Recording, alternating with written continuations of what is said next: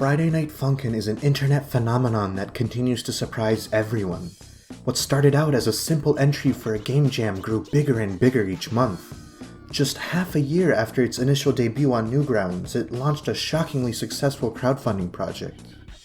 It's in the top 30 highest funded video game projects on Kickstarter. As of making this video, it's raked in over $1.7 million, over 28 times its original goal. And at the risk of having this video sound dated, it's probably made considerably more than that by the time you're watching. So, how did all of this happen in such a short time? Well, in the equation for this game's viral success, there's a lot of moving parts. Some of that is thanks to the effort of the 4 developers, while some of it is just fortunate timing, and a lot of it is a mix of both. I'm by no means an expert on the topic of how a game becomes successful like this, but I've been keenly watching this game's rise to stardom, making my own observations and connections, and I wanted to share those with you today. So get comfy and I'll tell you how I think this played out in just 6 months. We'll take a look at each piece of the equation, and hopefully by the end of the video, we'll have a better understanding of how Friday Night Funkin' became what it is today. Before we talk about how its audience was built or why they stuck around, we have to talk about the game itself, specifically why people actually like it in the first place. And look, I'm well aware of how self-explanatory that sounds. It'd just be really easy to write this off as people like the game because it's good, end of story. But I feel it's a little bit more nuanced than that. There's a lot of different reasons people may like a game. It really depends on who you ask and what game you ask about. Some people may like good writing and solid characters, while others like to be engaged and challenged by hard gameplay.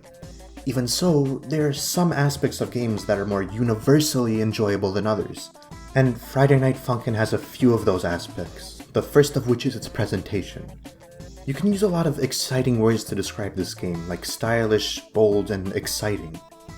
This game's art style is extremely appealing, reminiscent of that rebellious Newgrounds charm that many people love.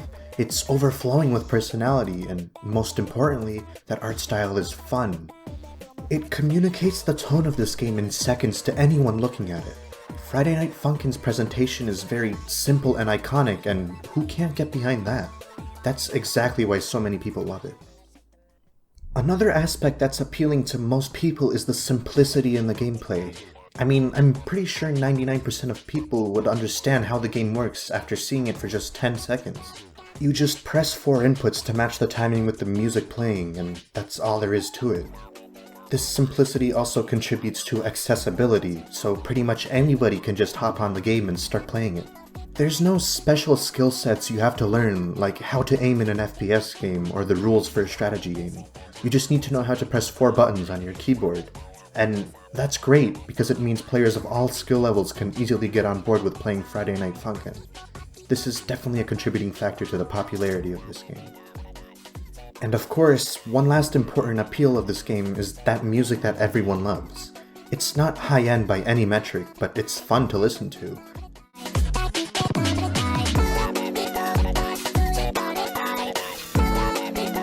The songs are short and the beep-boop sound effects used for singing are charming.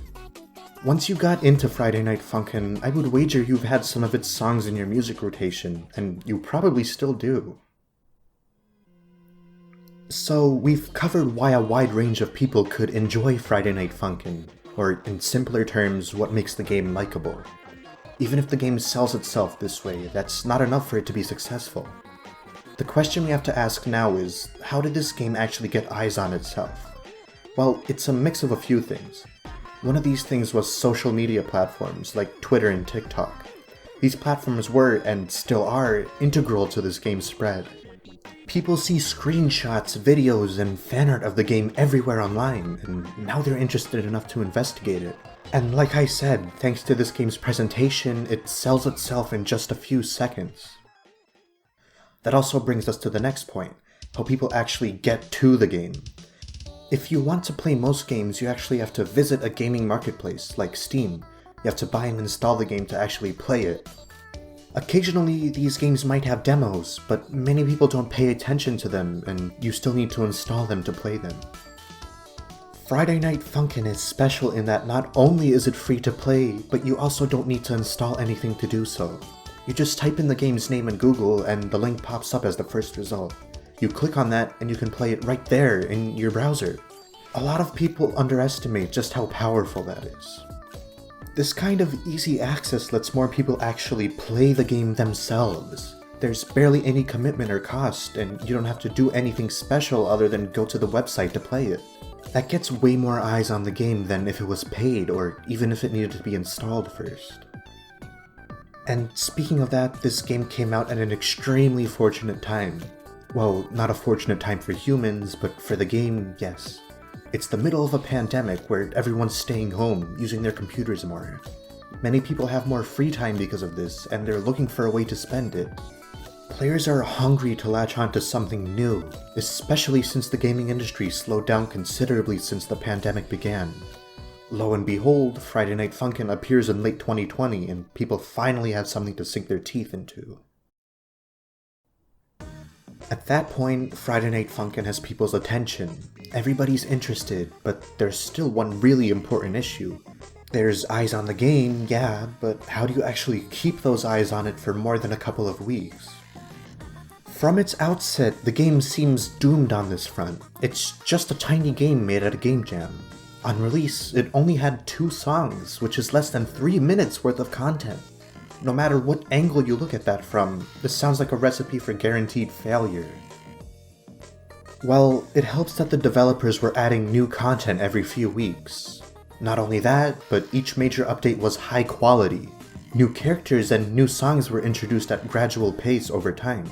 Characters and songs that were substantive, not just boring filler. It also helps that a few of these characters were crossovers from something else, drawing in more attention and engagement. Here's the thing though, while consistent high-quality updates are great, that's not enough to keep people interested by itself.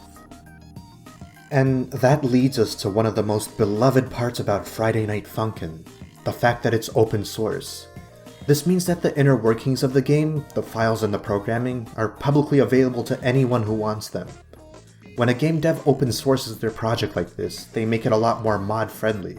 It's easier for people to make their own versions of the game with their own fan content attached. Beyond just being open source, there's something even more remarkable about modding in this game. It's really easy to do compared to modding in other games. I watched a tutorial for it and I was genuinely dumbfounded at how easy it all was. This also wraps back around to the game's simplicity. If you want to make your own level in this game, you just have to make the songs, draw the character sprites, draw the background, map the inputs for the song, and do some very minor programming. And all of those things are only necessary if you want to make a full level in the game. There's a lot of smaller things you can make or change as well. It also helps that this game's art style is simple, so it's not too difficult to emulate for amateur artists. Thanks to the fact that this game is open source and the fact that it's easy to mod, the modding community for Friday Night Funkin' is massive. As of this video, Game Banana, the website where people share their mods, has over 1,800 of them for this game. Some of these more popular mods have their own sub-communities where people make fan art of fan characters. Fan art, if you will. Imagine that. And thanks to all these mods, people are always getting a steady stream of new content from Friday Night Funkin', even if it isn't official. That's the key here. The community is highly active, even now. Mods are definitely the biggest reason why that is. And the developers are well aware of this since modding support is one of their biggest focuses in making the full game. Now, the equation we established in this video is set in motion. A lot of factors are at play here. The game's likability, people seeing it for the first time, and a solid community being formed around it. After just 6 months, Friday Night Funkin's popularity has exploded, and the dev team has a clever idea. What if we use this popularity to crowdfund this into a full game? This kind of popularity can be extremely unstable, and a lot of the time, it just comes and goes in a couple of weeks. As the game rides on a huge wave of success, a golden opportunity appears and the developers capitalized on it. While the game's as hot as it is now, let's launch a Kickstarter for it. Waiting any longer would have risked that popularity falling off, so it was a smart idea to do it now. What's even more clever was launching this Kickstarter alongside the game's most ambitious update to date. The Week 7 update had new features like cutscenes, voice-acted dialogue, the whole 9 yards. As the fanbase returns for this update, their excitement for the game is renewed, and that excitement can be funneled straight into crowdfunding.